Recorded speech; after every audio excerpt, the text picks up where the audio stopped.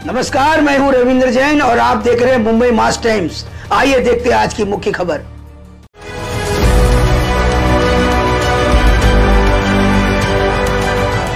जींनी छत्रपती शिवाजी महाराजांच्या बद्दल त्यांच्या डिस्कवरी ऑफ इंडियामध्ये जे लिहिलं त्याबद्दल महाविकास आघाडी माफी मागणार आहे का?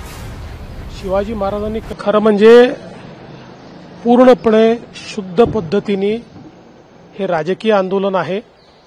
माझा महाविकास आघाडीला सवाल आहे, त्यांनी एक तरी लाल किल्ल्यावरनं इंदिराजींचं भाषण दाखवावं ज्याच्यामध्ये इंदिराजींनी छत्रपती शिवाजी महाराजांचं नाव घेतलेलं आहे। महाविकास आघाडीने याचे उत्तर दिलं पाहिजे की नेहरूजींनी छत्रपती शिवाजी महाराजांच्या बद्दल त्यांच्या डिस्कवरी ऑफ इंडियामध्ये जे लिहिलं त्याबद्दल महाविकास आघाडी माफी मागणार आहे का? इतके वर्ष काँग्रेसने आम्हाला इतिहास शिकवला की शिवाजी महाराजांनी सुरत लुटलं। शिवाजी महाराजांनी कधीच सुरत लुटलं नव्हतं, पण जाणीवपूर्वक आम्हाला हा इतिहास शिकवण्यात आला की शिवाजी महाराजांनी सुरत लुटलं, त्याच्याबद्दल ते माफी मागणार आहेत का?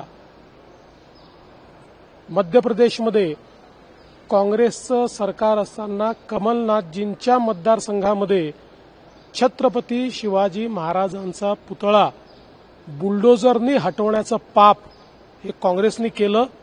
त्याची महाविकास आघाडी आणि काँग्रेस माफी मागणार आहे का? कर्नाटकमध्ये त्यांचे तेव्हाचे प्रदेश कार्याध्यक्ष आणि आताचे मंत्री यांनी स्वतःच्या मतदारसंघामध्ये छत्रपती शिवाजी महाराजांचा पुतळा त्या ठिकाणी अक्षरशः तुडवला, हटवला। त्याकरता काँग्रेस माफी मागणार आहे का? यांनी कधीच छत्रपती शिवाजी महाराजांची इज्जत केली नाही।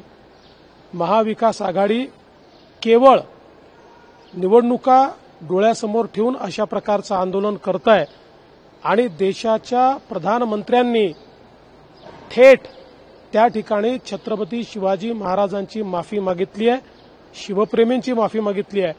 त्यानंतर हे राजकारण करणं हा त्यांच्या मनाचा कोतेपणा आहे, हे निव्वळ शुद्ध राजकारण आहे। त्यामुळे काँग्रेसने पहिल्यांदा छत्रपती शिवाजी महाराजांचा इतका अपमान केला त्याबद्दल काँग्रेस आणि या ठिकाणी महाविकास आघाडीने माफी मागितली पाहिजे।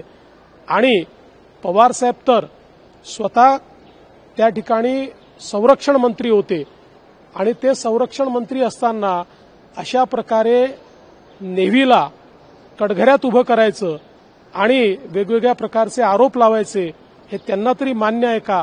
त्यामुळे खऱ्या अर्थानं छत्रपती शिवाजी महाराजांचा वारंवार 50 वर्ष सातत्याने अपमान केल्याबद्दल महाविकास आघाडी आणि काँग्रेसने महाराष्ट्राची नाही तमाम शिवप्रेमींची, विश्वातल्या शिवप्रेमींची माफी मागितली पाहिजे।